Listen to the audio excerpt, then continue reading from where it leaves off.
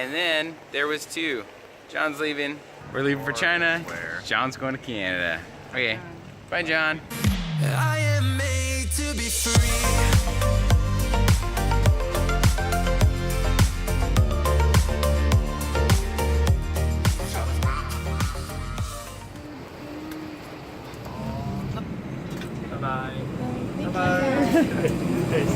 Okay, the last of 3 flights. It's a long day, but we'll land in Guilin. And then we make our way to Yangshuo tonight. And then we start China tomorrow morning. So we made it to Guilin with no luggage.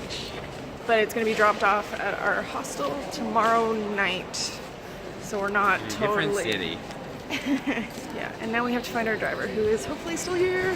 Day 1 in Yangshuo. Day 1 in China. In China.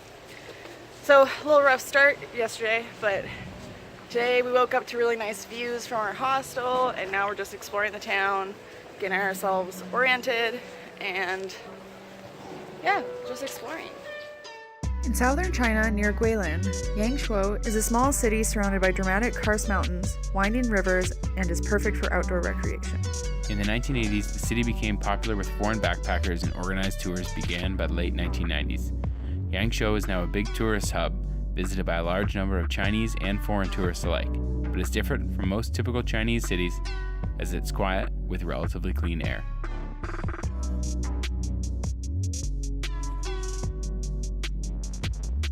So we're just walking around West Street, which is kind of a complex full of walking streets and shops and stuff. Fancy neighborhood. Yeah, a little touristy, but it's not even touristy, it's just like upscale. West Street is the oldest street in Yangshuo with a history of more than 1,400 years. It's the most prosperous district in Yangshuo, and each year approximately 100,000 foreigners are attracted to the West Street for its unique mix of cultures. Tangential to West Street is an upscale shopping complex filled with a mixture of Chinese and Western stores, including a Starbucks, a McDonald's, and a movie theater showing Hollywood's newest releases, all next to noodle joints frying up spicy plates of local fare. because at times foreigners outnumber Chinese, this street is also called Foreigner Street or the Global Village. Besides the local accent of Yangshuo, English has become a language of daily use, especially compared to other cities of this size, with many signs in both English and Chinese. So today's been a slow day, lots of planning and trying to figure out exactly what we're gonna do, getting our SIM card, stuff like that. We were hanging out in the West Street. It's like the real touristy area, real upper class market area. But now we've come across, after hopefully getting everything done, to like the city park, and everywhere in the city park there's a bench that's represented by an animal of the zodiac. So like behind us is, what are those? The ram or the sheep or whatever, and here are the snakes. So now we're on a quest through the park to find every zodiac bench.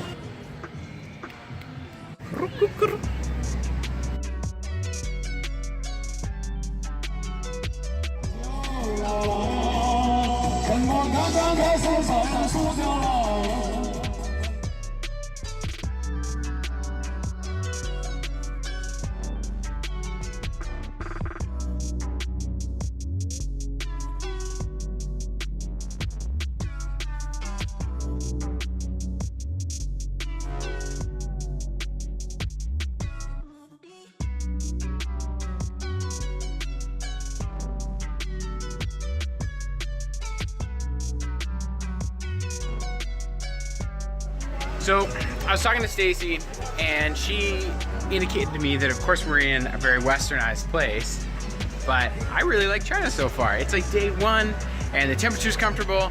It's just really nice to like walk around. Yeah, I've really enjoyed today. But we got a lot of stuff planned for the next few days. But we found it relatively easy to sort of go where we want, and I mean a little bit of translation errors here and there, but getting what we want and eating maybe won't be so bad. I don't know, maybe I'm just overestimating this western town, but I like China so far. So we today are headed off to Silver Cave.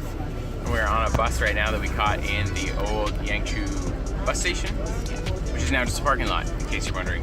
This bus apparently costs us 100 RMB, so nothing in China is cheap, turns out. Well, no, correction, the food in China is cheap. The attractions in China are not cheap. And we don't know if this includes admission or if it's just a bus ride out. Hopefully this is both the bus and the admission. And then maybe it's not so bad. But I don't know, we'll see.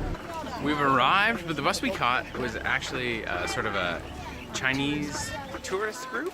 And so we Google translated with the lady who sold us the tickets. And we're just kind of aimlessly following now, hoping that maybe she has tickets or something for us. I think we're heading to the entrance right now. She said she'd give us tickets at the entrance. Yeah, so we'll see. I don't know, I suppose we'll find out. Look at that. We got tickets. So that's nice. It's 20 with the ticket and with the transportation. That makes it easy, I suppose. So we got these audio guides. Not exactly sure how they work. Yeah. But got a little earpiece. Oh, yo, maybe it's actually controlled By things that we pass? by things that we pass. Oh, that's neat. That would be intense. Oh, okay. And the cave is lit up with all these really colorful lights, which a lot of people don't like because it's kind of tacky, but it looks really pretty so far.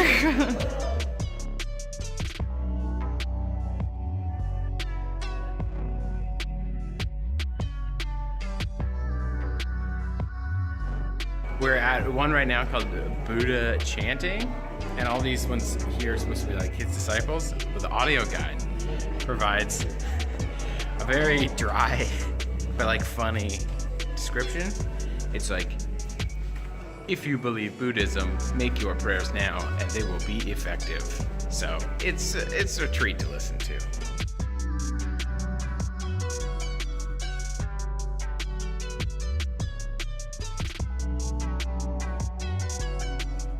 So as beautiful as the cave is, they definitely made it touristy with souvenirs in the middle of the cave. There's a photo op back there, but that's okay. Just ignore it. They're fermenting rice wine right here. It's smelling. You can smell it.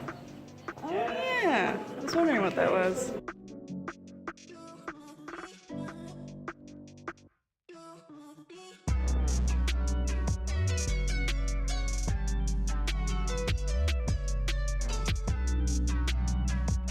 So we're out of the cave now.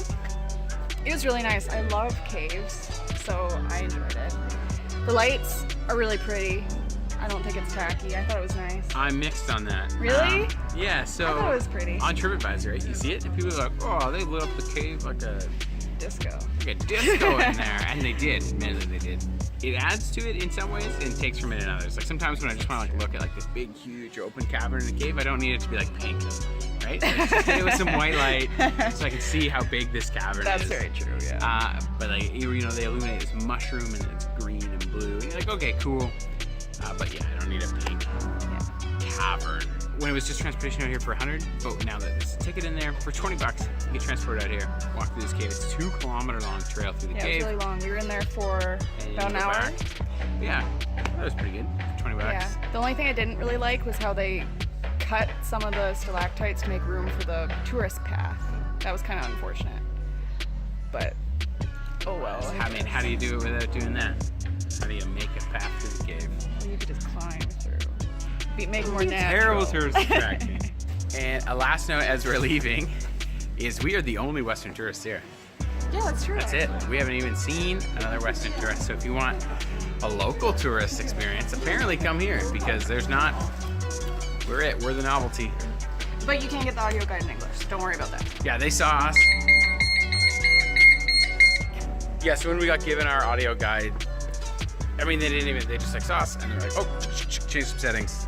Boom, in English. Of course, it's read by A robot. a robot voice, which makes all their descriptions really like dry, but it ends up being in like a funny way. My favorite was ice cream. Are you hungry? Yeah, it's pretty good. But now we gotta get back to the bus because they told us to be prompt and it's getting a little close to the time. So I'll exit through the gift shop. It's a maze to get out of here. Oh man. It keeps going. As we're exiting, we came across a pond full of fish. They were feeding them and they were going crazy too. Look at that. Bonkers. So weird.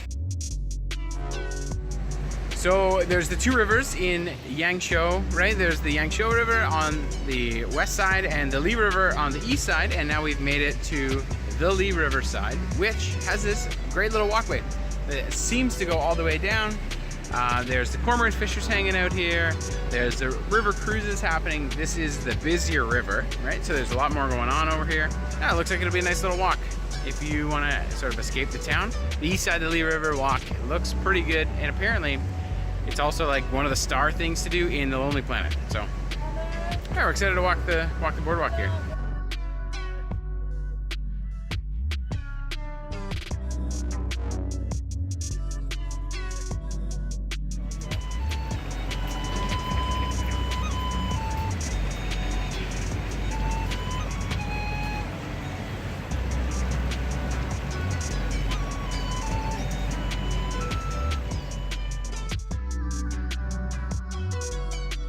We came down a little ways and we found an area just below. There's a market that runs past one of the ferry terminals, and just past it there's more people fishing. It's actually, I really enjoyed just sitting down by the river.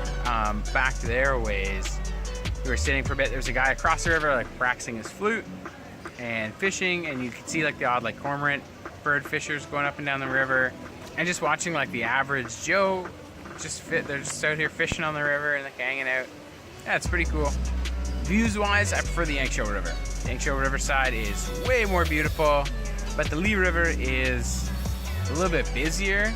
So if you want to see like more local kind of goings on, here it is. But if you want the peace and quiet and the tranquility, and I think a more beautiful view, hit the Yangshuo side. Li River's nice. Li River might be better up near Guilin, but down here it's the Yulong. The Yangshuo, Yulong. Oh shit, I've been saying Yangshuo.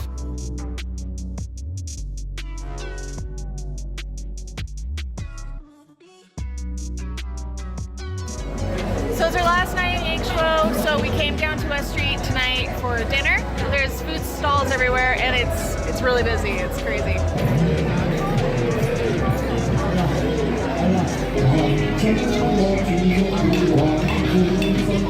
don't even know what's like a wet area.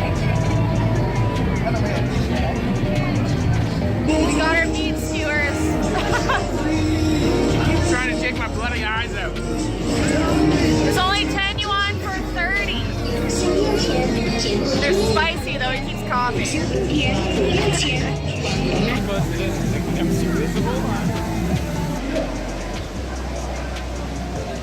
We're just walking back to the hostel from West Street. It's really cool. There's so much going on. One of the neatest things though was that all these university students kept coming up to us because they were business English students who needed to practice their English. So they would come up and chat with us and get us to write things down for them. And they tried to save Stacy from getting foreigner price. yeah, The lady told us it was this much, which we didn't know what that and we're meant. like, we don't know. So we just grabbed somebody we were just talking to, and we're like, what is this? How much is this? And they're like 10. And we're like, wait a second, 10? And she's like, oh, have another one for free. Yeah. And then we're like on the side, we're like, is that foreigner price? And she's like, yeah. Yeah. And then another time we were buying those little meat skewers, and one of them saw us and just came over and gave us some and gave us a bunch of tissues to wipe our hands. And good. Yeah, it was just so, they were all so friendly. It was such a nice experience with meeting them all.